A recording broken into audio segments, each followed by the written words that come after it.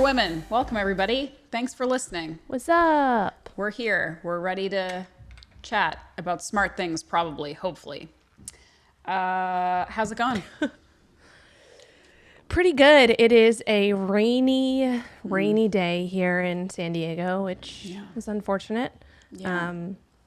But I did get some steps in earlier this morning on my new walking pad, so that was fun. Yeah. Do you feel like our chats on the podcast inspired you to do that, or were you already like planning to get a walking pad? So I have put it off for so long because for me, it's like if I'm going to go walk, I want to go walk in the sunshine and get vitamin D and, walk Lilo and all that stuff. So that's why I put it off. But actually, I bought it for Alex for busy season because it's like a time where, and especially right now too, we do have some rainy seasons in San Diego. So like we have rain for the next week and I'm like, I don't want to walk in that. Like I could, but not fun. Yeah. So just kind of pulled the trigger, found one, on Amazon. Bree actually recommended the one. I had her test it out first and then I got it and it's been cool the last few days. But the one thing I want to ask you too, though, you track when you walk, do you track your steps or you just kind of walk and you're like, I'm getting movement? Generally, I mean, I'm obviously not tracking it super closely because like I'm not tracking my steps when I'm on the walking pad. I'm not tracking all of my steps. Like if I go for like a nice long walk, I'll bring my phone, which is going to track my steps. So I have like a very ballpark gist of how much I walk on a day-to-day basis, but I'm not like super close tracking it. Gotcha. Yeah, I mean, that's totally fine. You know me, obviously I love data. So like, I'm just any data I can gather, I'm going to get it. But with a walking pad, and this is a tip for any listeners who have a walking pad, when you're walking and you're, on your desk or whatever, like if you're typing away and working, your steps aren't being tracked because you're not moving your hand, right? If you have an Apple Watch or even an Oura Ring, I will say the Oura Ring will pick it up a little bit more because of motion. But what I got, and again, this is another recommendation from Bree, so shout out to her. If you have an Apple Watch or any type of watch, they have like these elastic bands and they're like, I think I got a 10 pack on Amazon for $10. And it just easily like can get bigger. And so then I just like slip this around my ankle and you put it on your ankle and it tracks all your steps because obviously your foot's moving, but when you're typing or when you're working, your arm's not moving. So just a little quick tip for anybody who wants to track their steps and they have a walking pad, get yourself one of these, or you can get like a cheap pedometer on Amazon for like $10 and you just clip it on your shirt or your pants or whatever. Yeah. So I would say like just kind of circling back on somebody who messaged us, sent us an email and was like, so are you trying the walking pad? What do you think? Is it worth it? My feeling is, we can say all day long that it's better to walk outside, and that's true. And we can also say, if you really value being outdoors, you can walk in the rain, you can walk in the snow, you can do all these things. And that's all true. However, it's not going to happen sometimes. And some people are more weather averse than others. And some people just have busy days. And some people spend lots of time at their desk and there's nothing they can really do about that. So if that's the case for you, and it's the difference between I am not going to walk outside today and thus I'm not going to walk, and you have the ability to spend a few $100 on this thing, I think it's a good investment. I don't think it should replace real movement and exercise. And for most people who are keen enough to buy one of these, it's not going to replace real exercise. You're always going to like be outside and walking a lot. I'm always going to try to be outside first and foremost. But I will say the last few weeks that I've had it, when I use it, it's on days that I know I'm not really getting outside, which sucks. And it does improve my mood. And there is something to be said for, like, I'm not power walking on this thing. I'm a fast walker in real life. I'm very it's very New Yorker of me. But when I'm on the thing, I'm not walking quickly because I'm not trying to like get seasick and like knock over my laptop while I'm working. I'm walking very slowly, but even just that little bit of movement in your body, I feel like it helps me concentrate. I'm just like, it's like putting me in a zone to work a little bit better, like a little bit more focused, which I really like. So I think that, again, we are not fans of telling people like, you need this latest supplement or you need this latest tool to be fit. You do not need this, but if you're interested, if you can afford it, if you think it will help you get more movement in, I don't regret spending the money on it. Yeah. I'll say that. Yeah. And there is science, absolutely. We're not just, talking anecdote here, but there's science behind when you're moving and you're getting blood flow, that blood flow to your brain helps you to concentrate better, helps you to kind of give you a little boost there. And so I think I posted this like a few days ago on Instagram. Like if you get that afternoon slump, right, and you're like, oh my God, it's like 3:00, I have a few hours left of work. It's the perfect time to take out the walking pad because, instead of going for that extra cup of coffee, which then maybe keeps you up at night, you're actually doing something that's more productive and getting, and be more productive from a mental standpoint too. So huge win there. And mine, I mean, I don't know, how much was yours? Mine was $150 on Amazon, and it's like super compact. It goes up to 4 miles per hour, which I tested it out, of course. And that's like basically like I'm on like a slight jog on the 4 miles per hour, which I'm not doing, but if I wanted to, I could. Yeah. Like I could just, bring it out now and put on 4 miles and start jogging while we're recording. You wouldn't mind, right? I would not mind, actually. I would enjoy watching that. Mine was more expensive. I didn't get like a top of the line one, but I think everything's more expensive in Canada, even though I ordered it through like Canadian Amazon. But mine ended up being like just under 300 probably. I don't know, something in the mid to, but like if you go on Amazon, you can probably find, depending on where you are, one that's anywhere from like around 150 to like all the way up to like 500, depending on how fancy you want to get. Nice middle of the road probably works fine. And it's not too loud. And anyway. Yeah, mine's super quiet. We'll link ours. Yeah. We can both put our links for the ones that we have, just because I know there's so many out there and people are always asking. So we should do that for sure.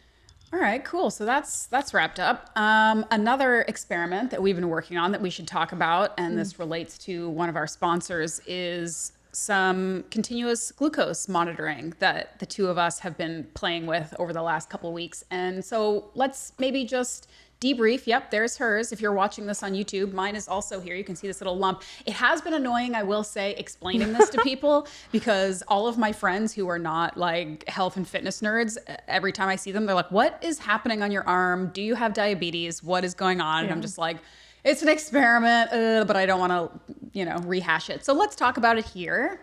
For anybody who hasn't done this before, I guess this is something you have done before. You've played with CGMs before, right? Yeah. I actually used Neutr Sense like when it first came out, when they first got popular a few years ago. I don't remember exactly when. And it was just for experiment purposes. I've had clients ask about it, and clients used it before. So that's, kind of where I was. And then of course, and we could talk a little bit about Neutr Sense, and our sponsorship with them. But of course we both wanted to kind of try it out and, get some data. And that's really like how I look at it. It's not necessarily, I don't use it to like dictate what exact foods I eat and things like that. I use it to gather data, more so from like a higher point view. I think, and I'll just mention this too, I think some people get a little confused, and they look at like single points in time, and yes, that's like you can look at that and if you're curious, like, oh, I just ate a box of donuts, I want to see what happens, right? But for me, it's kind of looking at it like, oh, I just did a really heavy set of squats to failure. What did my glucose do? And just curious about those things. And then also it's cool with Neutr Sense, like it shows you your trends over time. So for like a 2-week period, what's like your score or whatever, and like where do you fall within that? And is there anything that, you can start to pay attention to a little bit more? Certain things with like in sleep, right? If your glucose is dipping during sleep, that can affect waking up. And is there things that you can do to kind of combat that? And it's really cool because they have the dietitians, nutritionists on staff that you can literally just message with and ask them questions directly. So I thought that was pretty cool. Yeah. So, and just to kind of back up a little bit for people listening, the Neutr Sense is a resource and an app that allows you to kind of see the blood glucose trends based on the CGM, the continuous glucose monitor that you put onto your arm. So that is like unbranded. You just buy a CGM, or I think you get them through the subscription with NutriSense. But the real sort of value is this app, the subscription-based app that you go on and you can put your workouts in, you can put everything that you eat. And it's a really like sophisticated and easy to use app, which I really liked, because I'm like, again, I kind of am like a little bit over the tracking my food thing. So doing this experiment, I was like, here we go again. I got to put my food in. But like, it's really like, the app is nice. Like, it's not a lot of work. And so, yeah, what it does is it kind of allows you, like Rachel said, to kind of see these trends and see how different things are impacting you. And they also have these nutritionists and experts on, like, within the app that will literally reach out to you and say like, hey, how's it going? Like, I saw this trending thing, or this thing happened a couple of days ago, and here's like a little bit of advice. Like, there's some support there too, so that if you are kind of wondering what's going on, what this information, what this data means, they can help provide you with that. They've got a really extensive sort of blog and website that kind of gives you all the step-by-step information of like, what is a CGM? How do you use it? What is this information? What is this, telling me? How can I use this to my benefit if I want to? So that's really sort of why NutriSense is kind of different. Some of the things that I thought were interesting, because I did this over the last 2 weeks, what I really thought was interesting was how stress can impact your blood glucose response. And also, to your point about the like workout, how exercise can impact your blood glucose, which it just shows again how nuanced and complex health and these biomarkers can be. And I don't want people listening to get like super negative or bogged down with this. Like, maybe look at it more like oh, isn't this interesting? Don't get too freaked out here. But we tend to think of blood glucose spike as bad, right? You ate something, maybe that was like a lot of carbs, or you knew was junk food, your blood glucose spikes, you're like, that's not good, I want to avoid that. I go work out, my blood glucose spikes. That apparently is not a bad thing and is it's a response that your body is doing appropriately to make use of that glucose in your body to help you fuel this workout. So I'm like, okay, so some is bad and some is good, and it's all dependent. It depends on how often. It also depends on how quickly your blood glucose goes back down, and all of these things. But one of my training runs for the 10K that I did, it spiked it up, like redlined me, like it went high.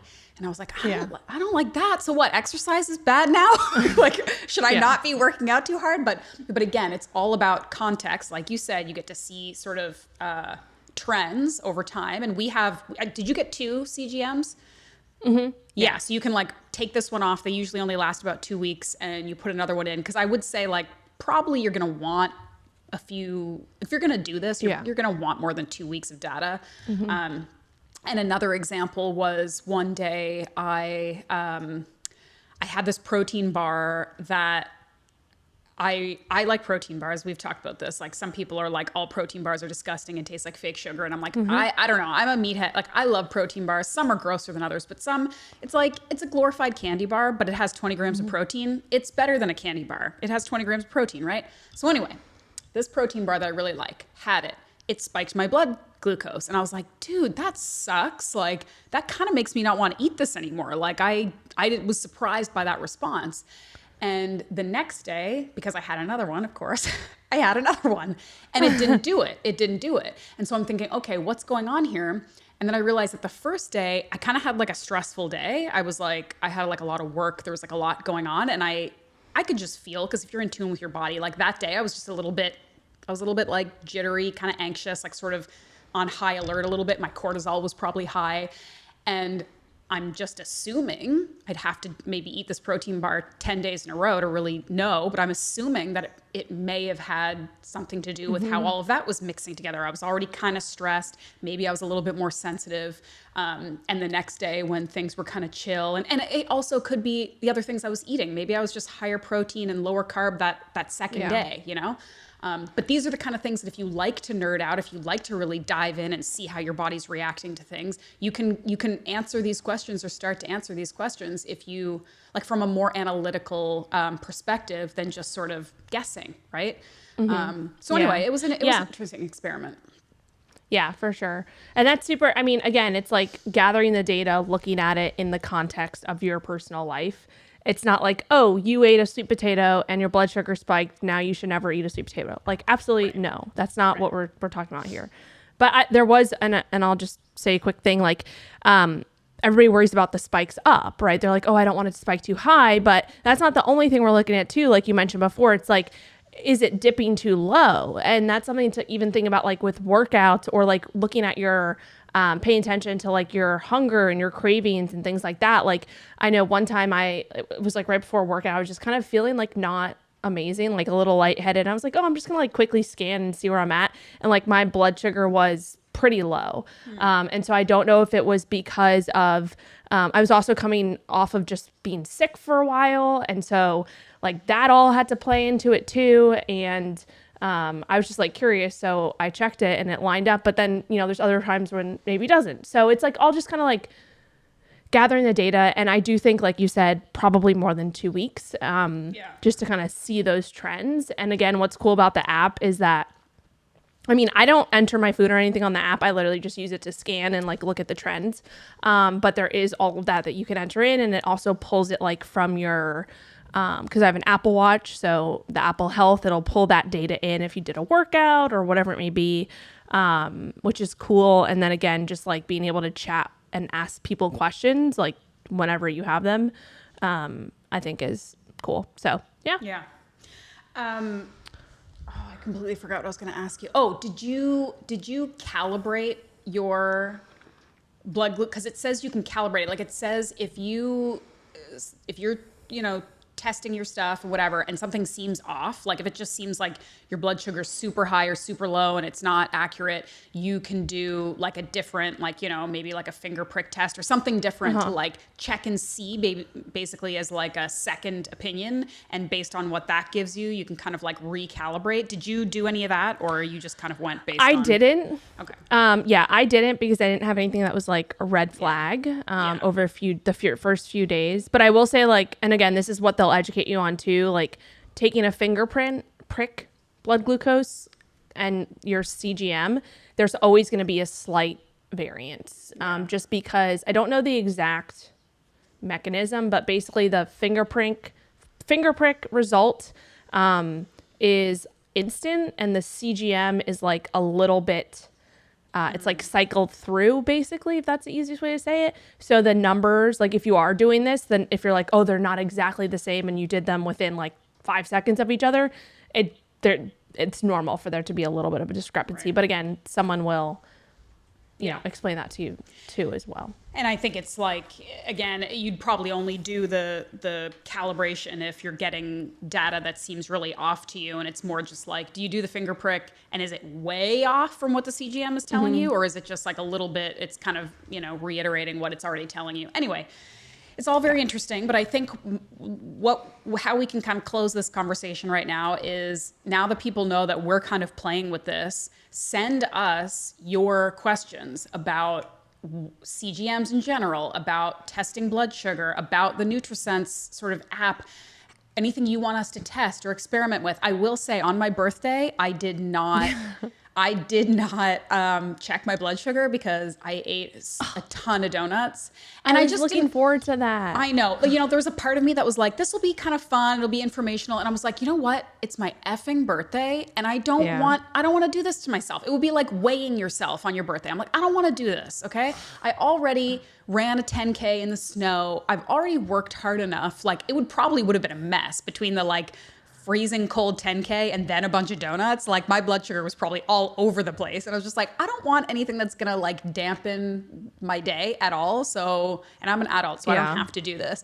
But anyway, so I don't know what the I would have like did to tried to like spike it as high as possible. Just well, for I fun. did. I just didn't test and like it. be happy about it, because I'm like, I just ate all these donuts and hell yeah, I just spiked this. But that's not what you do every single day. But like, it's true. It's interesting to see. And then of course, like, you know, looking at the next few days after, like, is there anything that came from it or not? Well, or did you get right back into it the next day? That ship is in terms of like normal. Yeah. That ship Well, has maybe sailed. I'll have to do it. Yeah, listen, if people write in and say, we want you guys to eat like one meal of something that you love that you think is probably going to be bad and see what happens, we'll do it. But you have to engage with us and tell us what you want, because this is the opportunity. Like, while these guys are giving us this access to their app, and while we're kind of playing around in the experimentation phase, we want to hear what you guys want to know, what you think is worth learning about. So send us your questions and thoughts and comments and whatever you want to musclescienceforwomen@gmail.com. It's the number 4.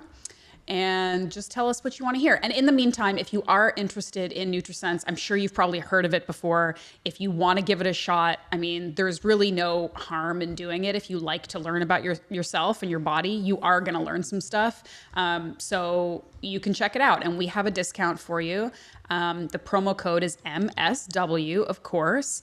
And you're going to get $30 off your first month subscription with the app, which includes 2 CGM sensors with free shipping and a month of professional nutritionist support. So that's like a decent little 1 month kind of gift for yourself, right? Yeah. We also have a link you can just go directly to in our show notes. It's NutriSenseIO.com/MSW, but that'll be in the show notes. You can just go right from there and sign up if you want.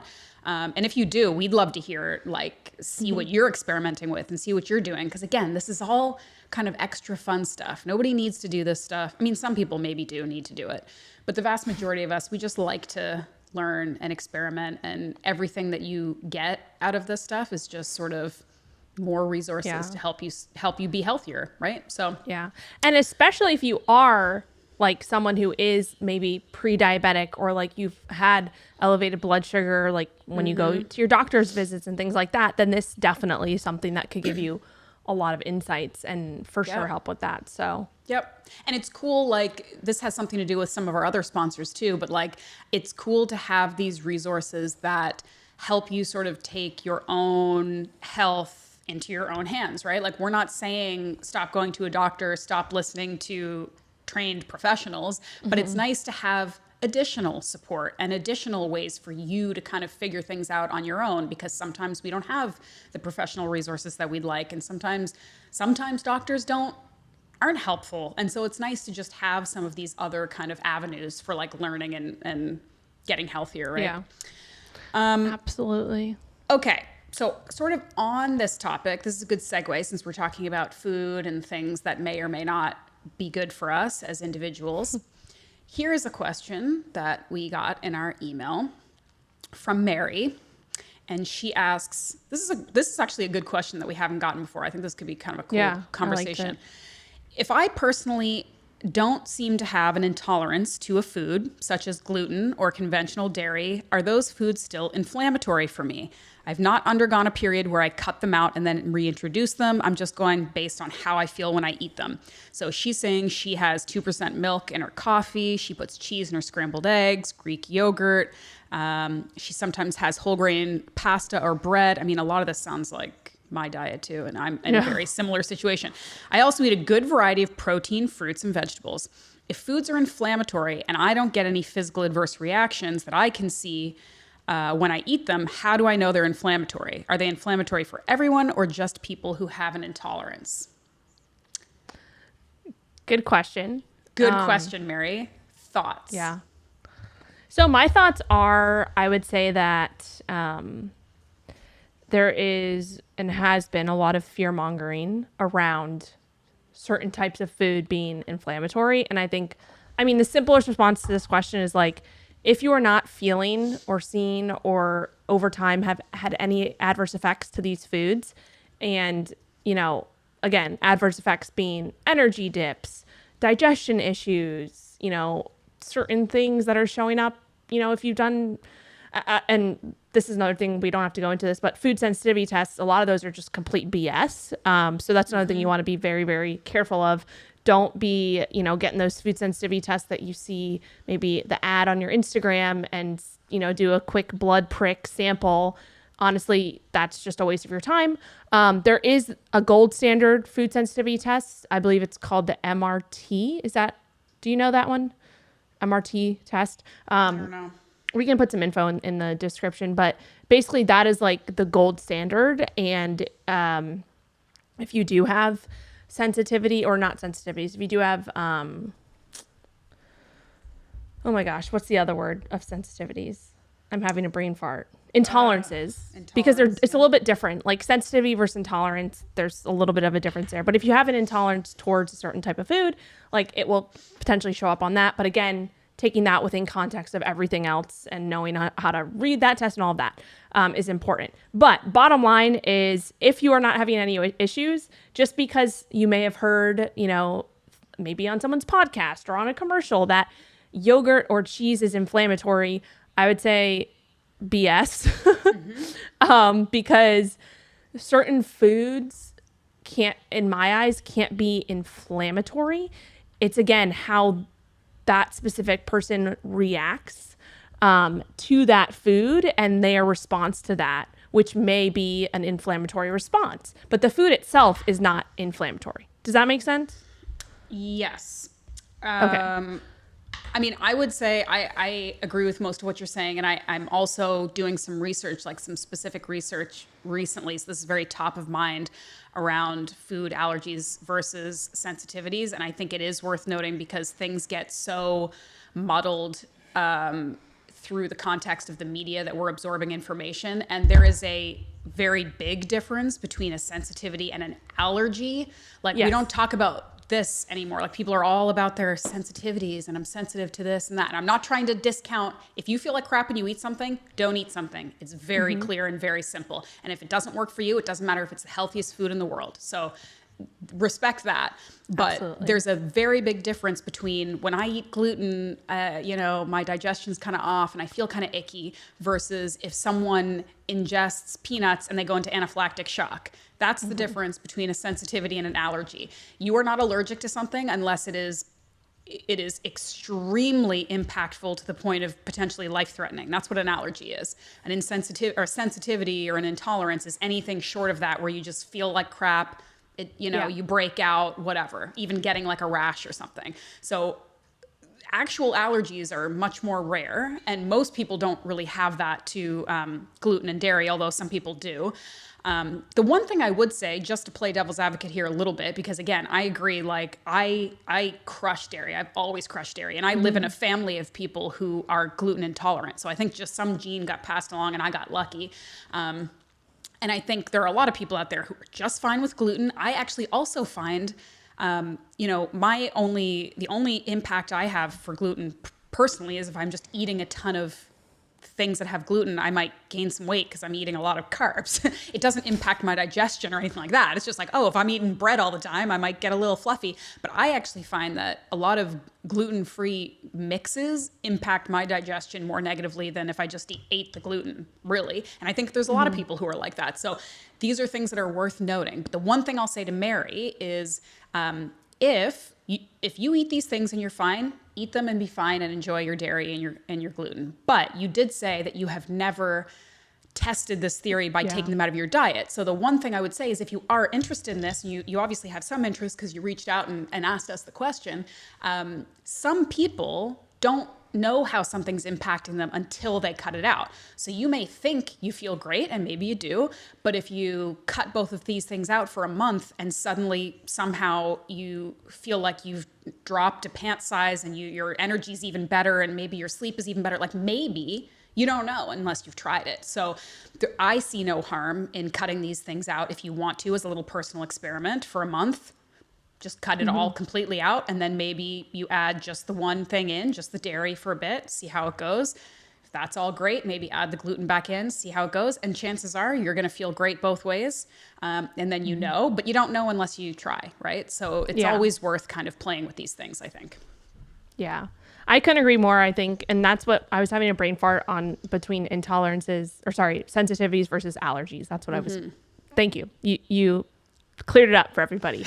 But yeah, I totally agree. And then there's also just the, thinking about even things like eggs, for example. Like, people can develop sensitivities if they are eating a certain food in a high quantity daily, right? And so that's just because if you kind of think about it, like if you're doing something constantly, or there are some of these certain foods that maybe have more propensity to cause, if you're eating a lot of them every single day and they have some, what's the word? Oh my gosh, why am I brain farting so much today?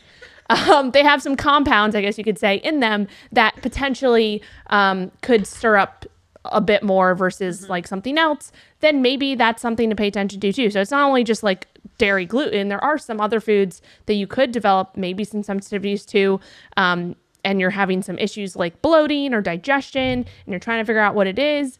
Think about like, oh, do I eat this thing every single day for, months on end, years on end? Don't switch it up.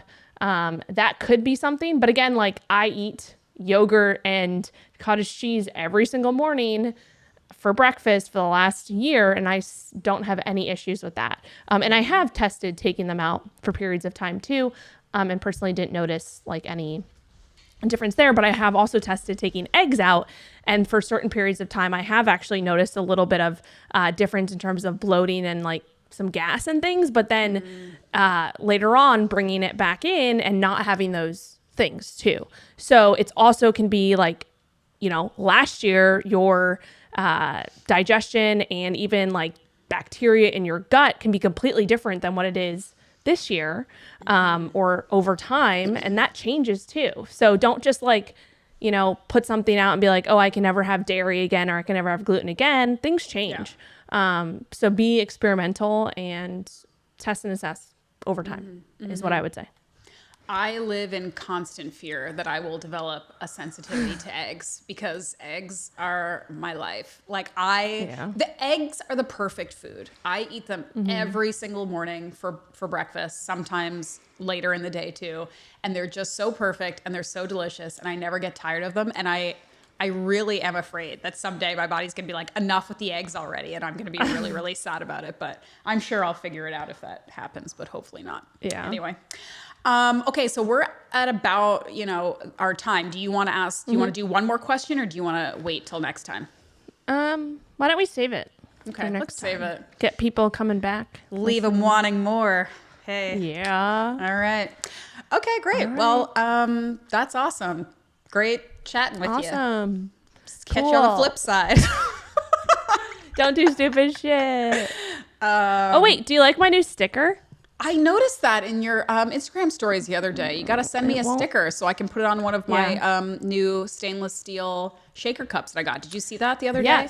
Because I'm starting to get rid of plastic crap. We'll put links to like all of this stuff in the in the show notes. I bought this water bottle. It's like one of the the hydro flasks, but it's a knockoff. It was $12 for a 40-ounce stainless steel on Amazon. Have you been following this like Stanley Cup chaos mess? Like, I've never getting a Stanley Cup. Ever. Even if I ever wanted one, which I never did, I would definitely, no offense, guaranteed, like the laws of averages say that a bunch of people listening to this have a Stanley Cup. Good for you if you like it. But like, holy moly, guys. Like, nothing against you. We're $50 on a cup that people are like fighting over in Target and stuff. Like, it's just wild. Like, you can buy a stainless steel drinking vessel for much cheaper anywhere else. Okay. All right. No offense, cool. Stanley, guys. All right. Just had to get that out of our system. Don't be insane. Don't do stupid shit. Don't buy a Stanley Cup. See you later.